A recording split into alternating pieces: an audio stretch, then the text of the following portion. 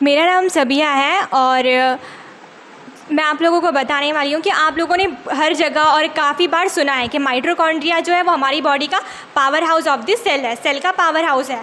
तो मैं आज आपको बताने वाली हूँ किसी भी चीज़ को, किसी भी मोटर को अगर हमको काम कराना है तो उससे हमें फ्यूल की या फिर पेट्रोल की ज़रूरत होती है। तो माइटोकॉन्ड्रिया को उसका फ्यूल और पेट्रोल किस तरीके से मिलता है वो मैं आज आपको बताने वाली हूँ कि वो पावर किस तरीके से बनाता है।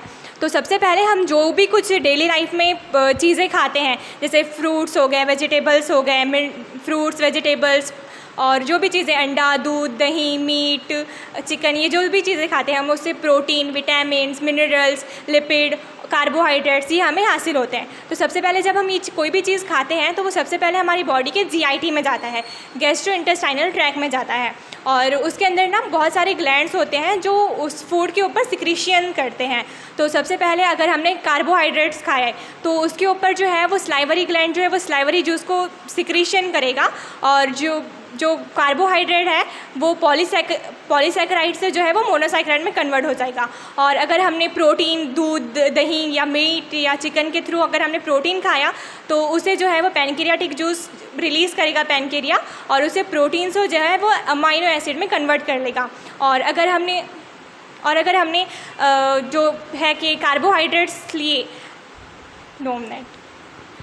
अगर हमने फ़ैट लिया हमारे फूड से, अगर हमने दूध, अंडा ये चीज़ें खाई, चॉकलेट्स, तो इससे हमें फ़ैट हासिल होता है। तो अगर हमने फ़ैट खाया तो जो है बाइल जूस जो है, लीवर जो है वो बाइल जूस को सिक्रीशन करेगा और वो फ़ैट से जो है वो फैटी एसिड में और ग्लिसरॉल में कन्वर्ट हो जाएगा। और ये जो भी गुड मटेरियल है जो वो स्मॉल इंटेस्टाइन से जो है वो ब्लड वेसल्स में, ब्लड में चले जाएंगे। और जो अनडाइजेस्ट फूड है तो वो लार्ज इंटेस्टाइन से, रेक्टम से, एनएस के थ्रू स्टूल के फॉर्म में बॉडी से आउट हो जाएंगे। और जो गुड मटेरियल जो है वो स्मॉल इंटेस्टाइन में गया था वो स्मॉल इंटेस्टाइन से ब्लड के थ्रू जो है वो हमारे सेल तक पहुंच जाएगा। सेल के अंदर जो है काफ़ी रिएक्शंस होगी जिससे हमें ATP हासिल होंगी, एनर्जी हासिल होंगी और 2 टाइप के मेटाबॉलिक वेस्ट हासिल होंगे। एक जो है वो लिक्विड फॉर्म में होगा और एक जो है वो गैस के फॉर्म में होगा। गैस फॉर्म में हमें कार्बन डाइऑक्साइड जो है वो हासिल होता है जो कि हमारे सेल से जो है वो ब्लड में चला जाता है और ब्लड से वो लंग्स के थ्रू जो है रेस्पिरेशन के थ्रू कार्बन डाइऑक्साइड के फॉर्म में बॉडी से आउट हो जाता है। और एक लिक्विड फॉर्म में हमें मेटाबॉलिक वेस्ट मिलता है जिसका नाम यूरिया है और वो जो है वो ब्लड में चला जाता है सेल से और ब्लड के थ्रू वो किडनी में चला जाता है और किडनी से यूरेटर, यूरिनरी ब्लैडर, यूरेथ्रा से यूरिन के फॉर्म में बॉडी से आउट हो जाता है। Thank you.